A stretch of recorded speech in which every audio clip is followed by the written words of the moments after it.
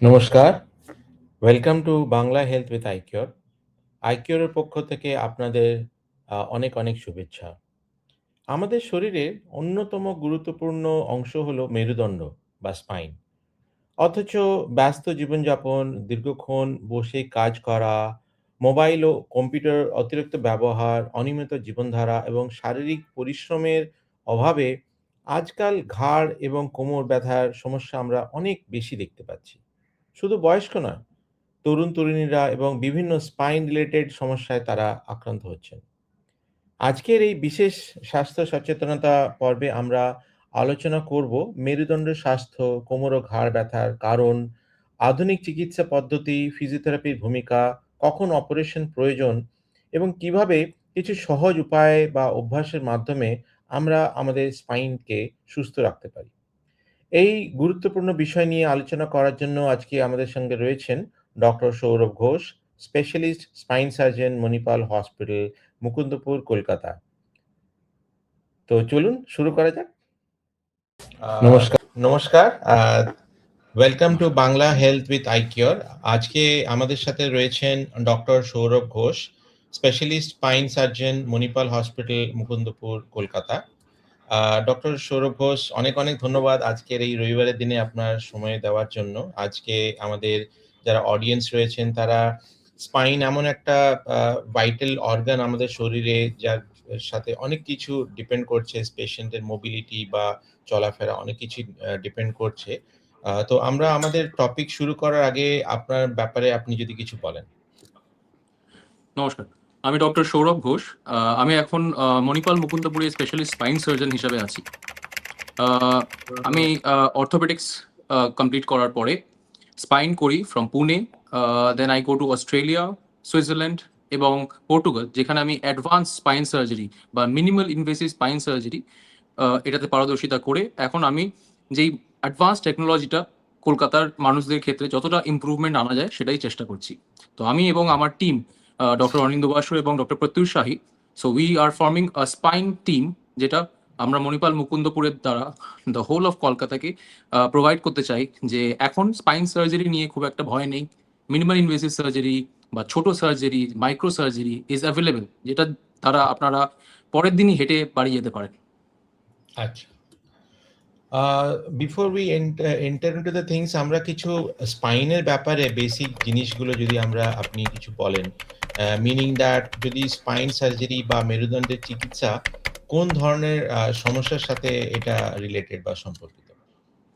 হ্যাঁ, spine surgery আসলে সবসময় লাগে না। তো স্পাইন কথাটার অর্থ হচ্ছে আমাদের মেরুদণ্ড, বা it is the hmm, power house of the body.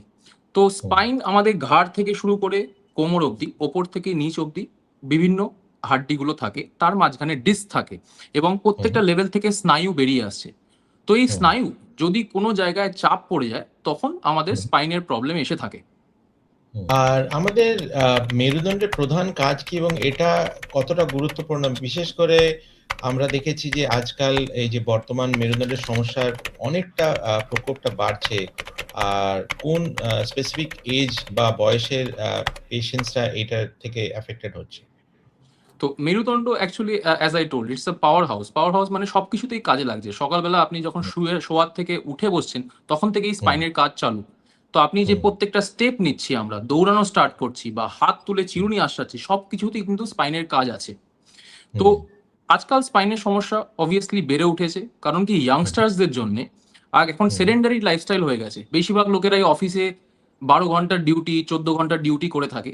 তো যখনই হুম, মানুষ বসে থাকে অতিরিক্ত, তখন স্পাইনের যে স্নায়ুটা একটু চাপে থাকে। হুম, তো তখন হুম, এই দীর্ঘতর সেডেন্টারি লাইফস্টাইলের জন্যে মানুষের এক্সারসাইজ করার সময় হচ্ছে না, বা হুম, ফাস্ট ফুডের জন্যে মানুষের যে হেলদি একটা লাইফস্টাইল সেটা লিড করতে পারছে না। তার জন্য কিন্তু স্পাইনের সমস্যা বাড়ছে। এছাড়া হুম, বার্ধক্যের দিকে যত আমাদের বয়স বাড়তে থাকে, বোন হুম, কোয়ালিটি কমতে থাকে। তো বোন হুম, কোয়ালিটি যখন কমে যায়, তখন যে হুম, মাঝখানের ডিস্ক স্পেসটা কমে যায় হুম, এবং সেই হুম, ডিস্ক যদি মাঝে বেরিয়ে আসে, তখন বার্ধক্যের দিকে বিশেষ করে সমস্যা হয়ে থাকে।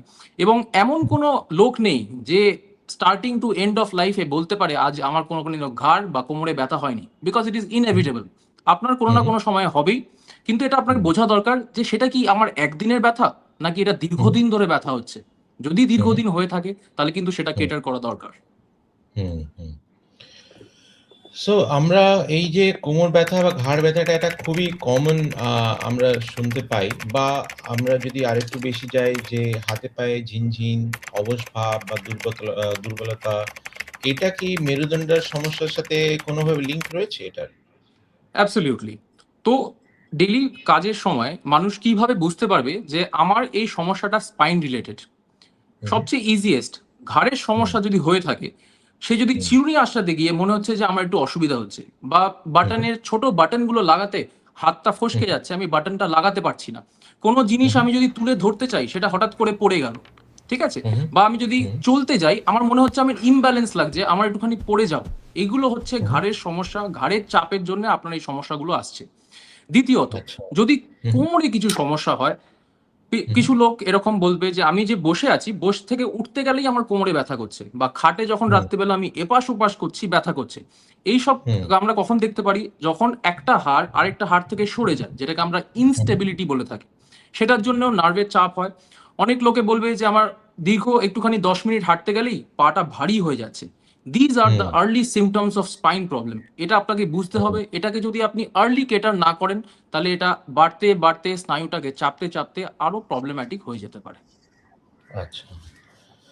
আ আমরা আজকাল যে সেডেন্টারি লাইফস্টাইল বা দীর্ঘক্ষণ মোবাইল, কম্পিউটার বা ডেস্কে কাজ করার জন্য স্পাইনের উপরে এটার কি প্রভাব পড়তে পারে? বা আমরা এটা থেকে কিভাবে আ প্রিভেন্ট করতে পারি? হ্যাঁ, যেটা আমি I think start of the topic আমি এটা ডিসকাস করছিলাম। Sedentary lifestyle. আজকাল হু, হু, সবাইকেই অফিসে যেতে হবে, অফিসের ১২ ঘন্টা কাজ করতে হবে। দেয়ার ইস লার্জ ডিউটি। তো পিপল আর সিটিং, কম্পিউটারে কাজ করছে, এবং মানুষের একটা অভ্যাস যে আমি হু, মোবাইলটাকে এরকম ঘাড় নিচু করে দেখছি। That is the most uh, difficult. আর আজকাল সোশ্যাল মিডিয়া হয়ে যাওয়াতে বাচ্চার হু, থেকে হু, শুরু করে বড় অব্দি everybody is doing it. But problem yes. হচ্ছে আপনি যখন ঘাড় নিচু করে এটা কন্টিনিউয়াসলি এরকম করে কোনো কাজ করছেন, তো ঘাড়ের হু, হু, এখানে ওয়েটটা বাড়তে থাকে। তার জন্য হু, হু, সার্ভাইকাল স্পন্ডাইলোসিস যেটা আমাকে বলি, যে দুটো হু, হু, হাড়ের মাঝখানে যে গ্যাপটা ক্রমশ হু, কমতে থাকে। সো এটা যদি আচ্ছা। আমরা ডেইলি একটু এক্সারসাইজ করি বা স্ট্রেচিং এক্সারসাইজ করি, এটা প্রিভেন্টেবল। আর হু, যদি হু, বলেন কোমরের দিকে, সিটিং হু, পশ্চার এগুলো খুব ইম্পর্টেন্ট। আপনি যদি হু, হু, অফিসে বসে থাকেন, এভরি 45 মিনিটস একটু উঠে হু, হেঁটে আসলে আপনার জন্য বেটার। হু, তো these are who, the who, symptoms যেখানে আপনি যদি কেটার করেন তাহলে আপনার জন্য বেটার। হু। আচ্ছা, ওকে। আ এই যে কারেন্ট বা বর্তমান প্রজন্মের মধ্যে একটা টেক্সট নেক সিনড্রোম এটা কতটা উদ্বেগজনক? ইয়েস, আমি যে just now I discuss that topic যে হুম, হুম, বিশেষ করে ইয়াংস্টার্সদের ক্ষেত্রে স্পাইনে আগে আমাদের পেশেন্ট অতটা দেখা যেত না। বাট আজকাল হুম, কিন্তু আমাদের ক্লিনিকে আমরা হুম, অ্যারাউন্ড 25 to 35 একটা গুড অ্যামাউন্ট অফ পেশেন্টস পাচ্ছি, যারা বলে হুম, হুম, থাকে যে ঘাড়ে আমার ব্যথা করছে। টেক্সট হুম, নেক, টেক্সট নেকটা হুম, কি? যে মানুষ হুম, বসে এরকম ঘাড়ে নিচু করে মোবাইল করছে। হুম, তো এই হুম, জিনিসটা is not good because it's straining all the muscles, আর হুম, ঘাড়ের যেই স্পন্ডাইলোসিসের দিকে আপনাকে অগ্রসর করছে। তো আচ্ছা, যেটা আমরা পড়ে থাকি বা যেটা একটা নরমাল ভাষায় বলি, কোনো কিছুই অতিরিক্ত ভালো না। বাট মানুষ হুম, সেটা মেনে চলতে পারে না। তো বাট হুম, এটাকে আমরা কন্ট্রোল করতে পারি যে আমরা যখনই টেক্সট বা কিছু করব, সেটাকে একটুখানি হাইটে রেখে আপনাকে করতে হবে। এবং হুম, যদি আপনি টেক্সট পড়েন, একটু মাথার লেভেলে নিয়ে আসলেন যাতে আপনি হুম, এখানে লোডটা কমাতে পারছেন। So that is how you reduce text neck. বা যদি কখনো টেক্সট নেক করতে গিয়ে ঘাড় স্প্যাজমে চলে যায়, আমরা কিছু ওষুধ ৭ থেকে ১০ দিন দিয়ে সেটা কমাতে পারি। বাট সেটা যদি আচ্ছা, অনেক দীর্ঘদিন ধরে হয়ে থাকে, then that can hmm, be chronic pain. তখন সেটা হুম। সমস্যাটা একটু বেড়ে যায়। আ এবারে আসি যে অতিরিক্ত ওজন বা স্থূলতা বা ওবেসিটি বা কারো যদি ওয়েট বেশি থাকে as compared to the body BMI conditions গুলোতে, এটার সাথে কি স্পাইনের কোনো লিঙ্কেজ রয়েছে? হ্যাঁ, তো স্পাইন যদি আমরা একটা 3D ডাইমেনশন এ ভাবি, স্পাইন হচ্ছে হুম, মাঝখানের পুরো ব্যাপারটা। কিন্তু তার হুম, চারিদিকে আছে মাসলস। তো হুম, মাসলস যদি স্ট্রং না হয়, তাহলে কিন্তু হুম, স্পাইনটা স্ট্রেট থাকবে না। আর যদি ওয়েট বেড়ে হুম, যাচ্ছে মানে স্পাইনের অ্যাক্সিয়াল লোডিংটা বাড়ছে। তো হুম, যত হুম, ফ্যাট বা ওবিস পেশেন্ট হবে, তাদের হুম, হুম, মাসল কোয়ালিটি খুব কম থাকে। সেই ক্ষেত্রে হুম, দুটো হাড়ের মাঝখানে যে ডিস্কটা আছে, সেই ডিস্কটা হুম, হুম, বেরিয়ে আসার চান্স আরো বেশি। হুম, কারণ কি? মাসলস আর ওকে, উইক। মাসলস আর the okay. Things that is holding everything together. তো তাই হুম, হুম, জন্য হুম, ডেইলি ০.৫ ঘন্টা এক্সারসাইজ, বিএমআই হুম, হুম, যদি 24 থেকে 25 এর মধ্যে থাকে, that is very good. Hmm, but ঠিক হুম, আছে, even if you are obese, daily hmm, stretching exercise বা হুম, কিছু হুম, লাইফস্টাইল মডিফিকেশন করে আমরা স্পাইন হেলথ হুম, কিওর করতে পারি। হুম। আমরা ইয়াংস্টারদেরও দেখেছি অনেক কেসেতে যে বাচ্চাদের বা কলেজে অনেক তাদের ভারী ব্যাগ নিয়ে অনেকক্ষণ তাদেরকে স্কুলে বা কলেজে যেতে হচ্ছে বা ওয়ার্কিং এ। এইটা কতটা আ মানে সমস্যা দিতে পারে বা এটা থেকে আমরা কিভাবে প্রিভেন্ট করতে পারি? হ্যাঁ, এখনকার আপনি যদি দেখেন যে কিডস এর বাচ্চাদের ক্ষেত্রে প্রচুর বুকস আজকাল দিয়ে দেয় এবং আমরা দেখতে পারি class 3 and 4 parents are also carrying the bags. তো বাচ্চাদের হুম, একটু সমস্যা হয়ে দাঁড়ায়। হু, সো হু, নরমাল যদি বাচ্চা আ একটা সার্টেন অ্যামাউন্ট অফ ওয়েট অনেকক্ষণ ক্যারি করে থাকে, দ্যাট ইজ ডিফিকাল্ট। ঠিক আছে? হু, হু, এবং this is hmm, the month of June, যেটাকে আমরা বলে থাকি স্কোলিওসিস মান্থ। ঠিক আছে? কিছু, হু, হু, কিছু বাচ্চাদের ক্ষেত্রে দেখা যায় একটু হু, হু। স্পাইনটা বেঁকে গেছে। সেটাকে আমরা স্কোলিওসিস বলে থাকি। এবং সেই আচ্ছা। বাচ্চাদের ক্ষেত্রে যদি তারা লং টার্ম এই স্কুলের ব্যাগ নেয়, they will complain that I am having a back ache বা হু, হু, কোমর এক ফর আ লং টাইম।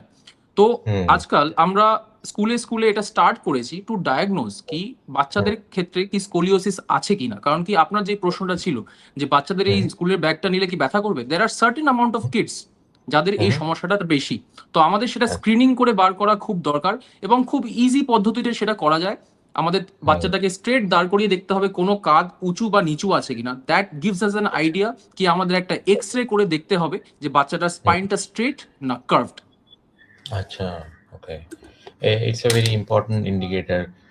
এইবারে আসি আমরা অনেকগুলো ডি মানে সিম্পটমস বা চ্যালেঞ্জেস এর ব্যাপারে ডিসকাস করলাম যে ট্রিটমেন্ট আ বিশেষ করে আমরা দেখেছি আমাদের যারা পেশেন্ট বেস তারা আ কোমর বা ঘাড় ব্যথাটা এটা খুবই কমন এবং the most easiest way is just walk to a pharmacy মানে একটা ওষুধ দোকানে গিয়ে পেইন কিলার খেয়ে নেওয়া। আ এটা কতটা সেফ বা নিরাপদ বা কখন আমাদের বুঝতে হবে যে পেইন কিলার আর নয়, এবার আমাদের ডাক্তারবাবুর কাছে যেতে হবে? First of all yes, spine বা যে কোনো শরীরের ব্যথার জন্যই medications is the first line of treatment. ঠিক আছে? হুম, আমাদের স্পাইনের হুম, ক্ষেত্রেও তাই। কিন্তু হুম, দীর্ঘদিন যদি আমরা এই পেন কিলার খেয়ে থাকি উইথআউট ডায়াগনোসিং কি সমস্যাটা হুম, কি, তাহলে হুম, কিন্তু hmm, you are just treating the symptom but not hmm, pinpointing the target. তো হুম, আপনি হুম, দীর্ঘদিন এটা খাবেন, অনেকদিন ধরে ওষুধ খেলে গ্যাস্ট্রিক সমস্যা বাড়বে। তো হুম, বেসিক্যালি আপনি you are lengthening your time of recovery. তো রাদার হুম, যদি হুম, এই সমস্যাটা ঠিক আছে, আমার দুদিন ব্যথা হয়েছে, ইটস অ্যান অ্যাকিউট পেন, ওষুধ একটা খেলাম হুম, আমার ঠিক হয়ে গেল বা দুদিন খেলাম ঠিক হয়ে গেল, that is all right. But আমার মনে হুম, হয় এই যদি ব্যথাটা বারে বারে রিটার্ন আসছে, we use the hmm, term hmm, chronic.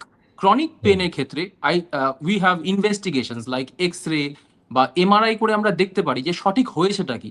তো সেই হুম, ক্ষেত্রে আমরা কিছু এক্সারসাইজ বা কিছু স্পেসিফিক পেন কিলার্স, মানে পেন কিলার্স এরও ভ্যারাইটি আছে।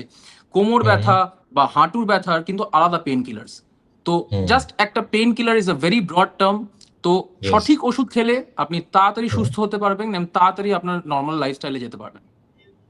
আচ্ছা। আ আমাদের আরেকটাও দেখেছি যে ফিজিওথেরাপি এটাও অনেক সময় যারা ব্যথায় অনেকদিন ভুগছেন, তো ফিজিওথেরাপি আ কোন সময় আমাদের মনে হয় মনে করা উচিত যে এইবারে আমাদের ফিজিওথেরাপি করানো উচিত বা কোন রোগীদের জন্য এটা বিশেষভাবে উপকারী?